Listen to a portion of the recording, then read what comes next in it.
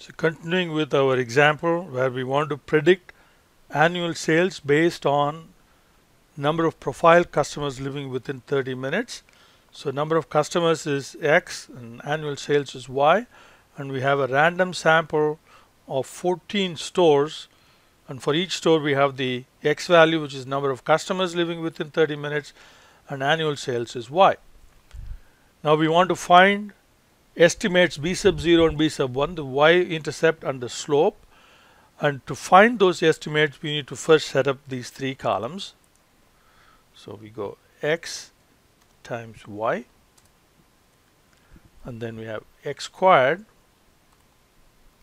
okay, like that, and then Y squared, okay, like that. Now we copy these for the rest of the way.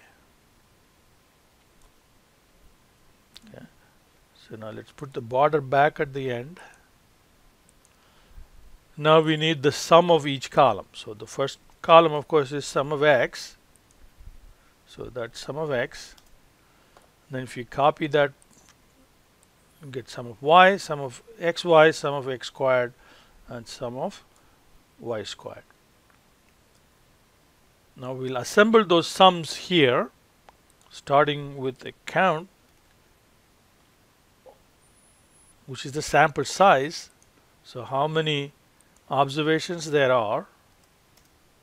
So that's 14.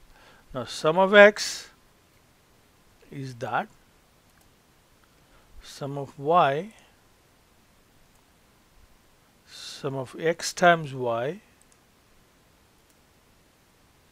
sum of X squared, and then finally sum of Y squared over here. Okay. Now given these summaries, we can find X bar as sum of X over N, or we can do an average function also. Then sum of Y divided by N will give you Y bar. Okay, so we need these two to find B sub 0 and B sub 1. Now let's look at SSXY, sum of squares X times Y. So that would be, so you go sum of XY, which is right there. So that's that part. Okay, minus we have sum of X, which is that, times sum of Y, which is that, okay, divided by sample size M. So this is that, giving you the value of SSXY. Okay. Now SSX is sum of squares of X, which is given by this formula. So that would be sum of X squared minus the sum of X whole squared. So you take the sum of X and square that you're squaring that sum, divided by N. So that gives us SSXY and SSX. Now if you go SSXY divided by SSX, like here, you get the slope coefficient, and y-intercept is Y bar minus that slope coefficient we just computed times X bar. So that will give us the two estimates that we are after. Okay. Now Excel has some functions available that we can use to find the slope and intercept without having to go through all these computations. And that would be, for intercept, we have what is called the intercept function.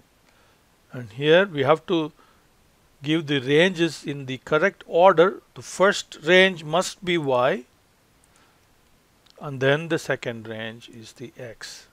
So you have to give two ranges, and the two ranges must be of the same size, otherwise you will get an error. Okay, so that will give us the intercept, and same slope is the other function. Again, the ranges are in the same order. Y first, and then x.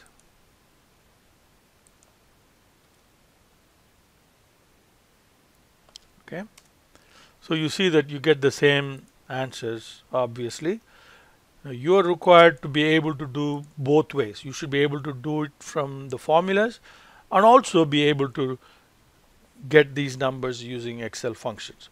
So our estimate now is